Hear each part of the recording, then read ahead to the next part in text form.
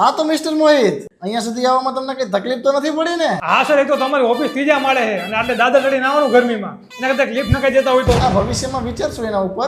પણ મિસ્ટર મોહિત, તમે કેમ અમારી સાથે કામ કરવા માંગો છો એ જણાવો. હા, તમે કંપની ખોલીએ, પાણી લારી નથી ખોલી, તમે એકલા કામ કરશો કંપનીમાં? તમે બરાબર સમજ્યા નહીં મોહિતભાઈ. મારો કહેવાનો મતલબ એમ છે કે તમે અમારી કંપનીમાં જ કેમ કામ કરવા માંગો છો? હા સર, મારી પાસે મારી પોતાની કંપની તો હે નહીં, પછી હું બીજાની કંપનીમાં જ કામ કરું ને. મોહિતભાઈ, દરેક વ્યક્તિને પોતાની કંપની તો હોતી નથી, તો અમે બધા હારે તો કામ કરી ન શકીએ ને. બધા લોકો તમારે હારે થોડા કામ કરવા માંગે છે. તમને કેમ એવું લાગે કે દુનિયાના બધા લોકો તમારી કંપની હારે જ કામ કરવા માંગે છે? અરે મોહિતભાઈ, તમે ખોટી દિશામાં જાઓ હો.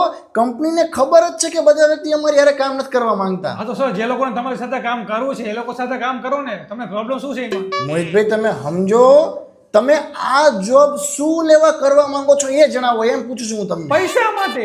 મોહિતભાઈ, ઘડી તમે પૈસાને ભૂલી જાઓ અને હવે જણાવો કે તમે આ જોબ શું લેવા કરવા માંગો છો. નહીં, મને પૈસા ન મળે તો ભાઈ જોબ શું લેવા કરવું? એના કરતા હું ઘરે કામ કરતો જ તો ને. હવે તને કયા પ્રશ્ન પૂછું? હવે પ્રશ્નમાં શું રાખ્યું હોય? ડાયરેક્ટ કામે જ રાખો ને સાહેબ. You are expired.